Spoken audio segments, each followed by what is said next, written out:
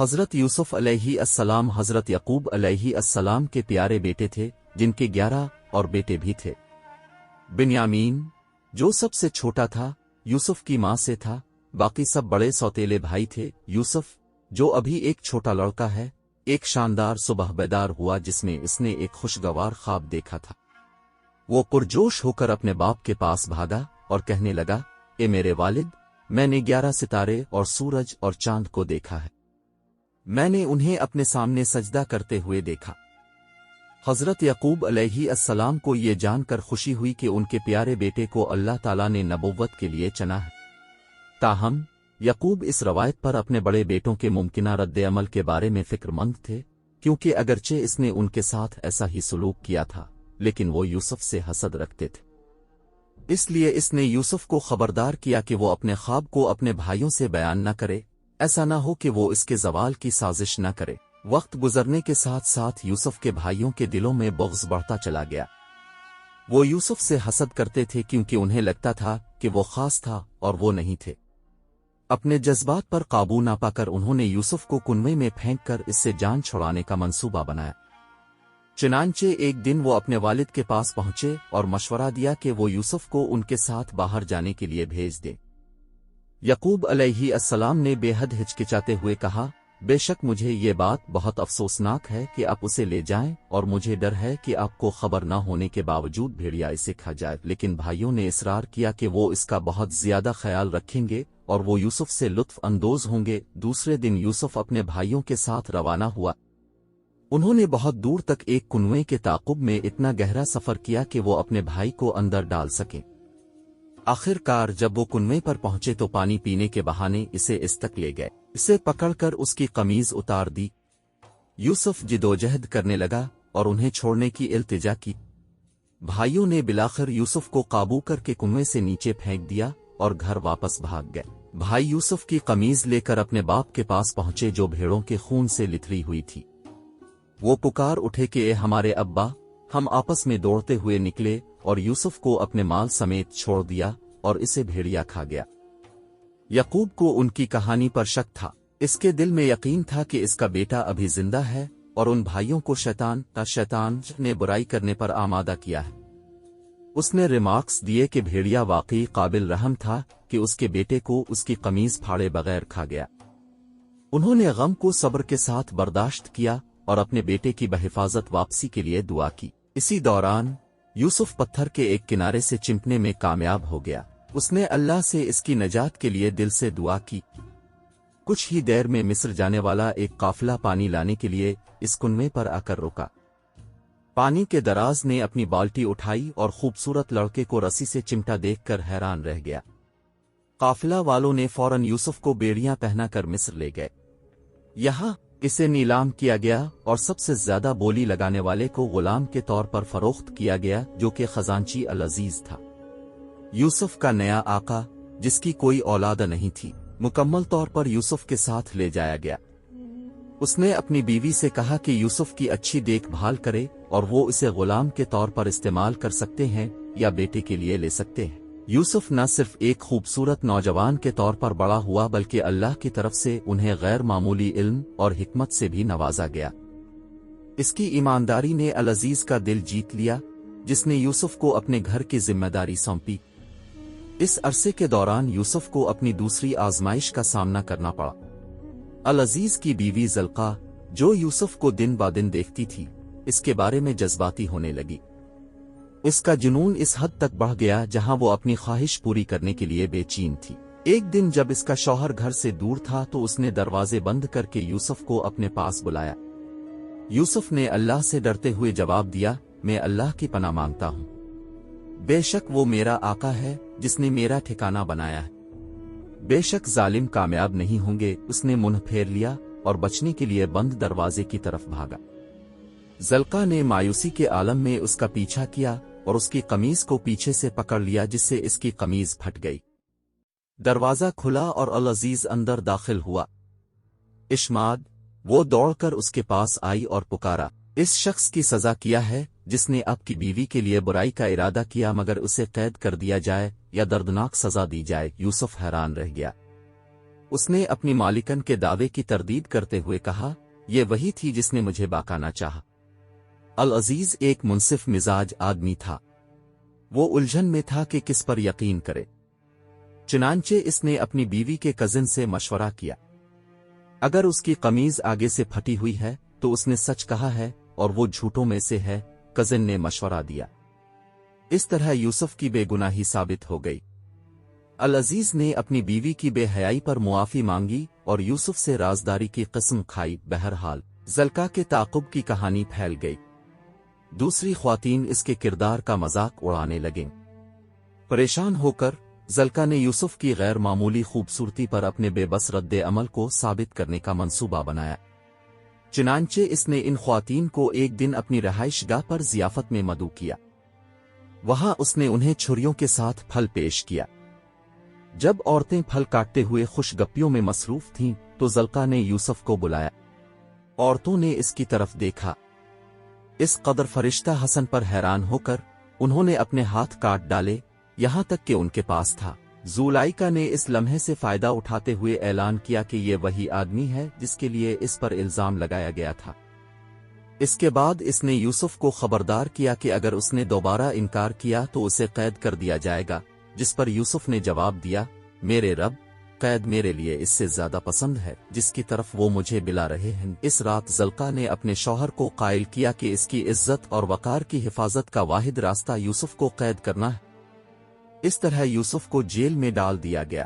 یوسف کے جیل میں رہنے کے دوران انہیں خوابوں کی تعبیر کی صلاحیت سے نوازا گیا۔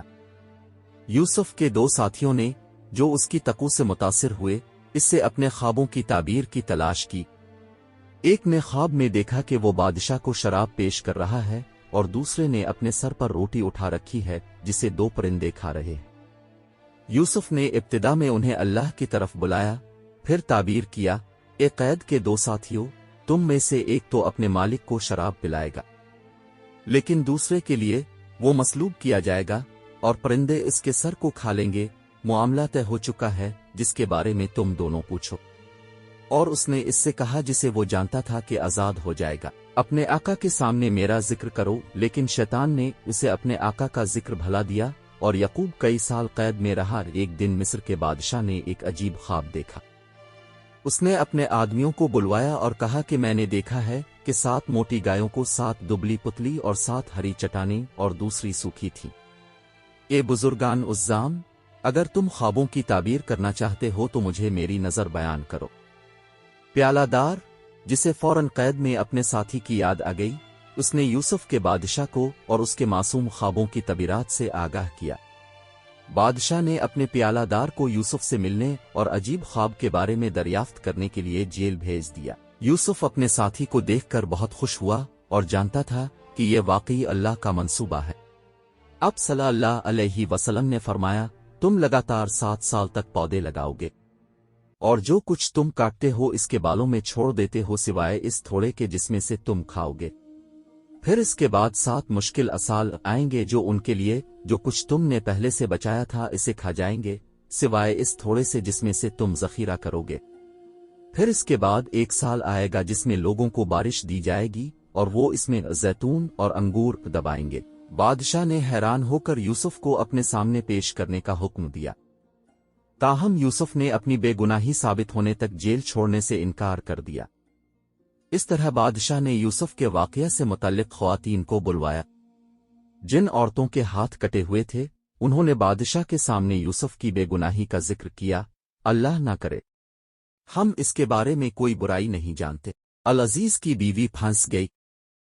اس نے بادشاہ کے سامنے اقرار کیا، اب سچائی عیاں ہو گئی ہے، میں ہی تھا جس نے اسے بہکانے کی کوشش کی تھی اور بے شک وہ سچا ہے۔ اس طرح یوسف کی بے گناہی ثابت ہو گئی۔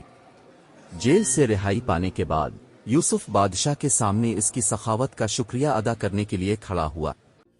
بادشاہ جو یوسف کے دیانتدارانہ طرز عمل اور اس کی خوشگوار شخصیت سے بہت متاثر ہوا تھا، اس نے اسے اپنی سرزمین کے گوداموں پر ذخیرہ اندوز مقرر کیا تھا۔ یوسف نے زرخیزی کے 7 سال کے دوران فصلوں کو کاٹا اور ذخیرہ کیا۔ پھر قحط کے سال قریب آ گئے جو کنعان میں یعقوب کے گھرانے تک پہنچ گئے۔ यकूब ने बिन्यामीन के अलावा अपने तमाम बेटों को सामान खरीदने के लिए मिस्र भेजा। यूसुफ ने फौरन अपने भाइयों को पहचान लिया और उनके लिए सामान मुहैया किया, लेकिन अपनी शनाख्त मख्फी रखी। उसने इत्तेफाक से उनके घर वालों के बारे में दरियाफ्त किया।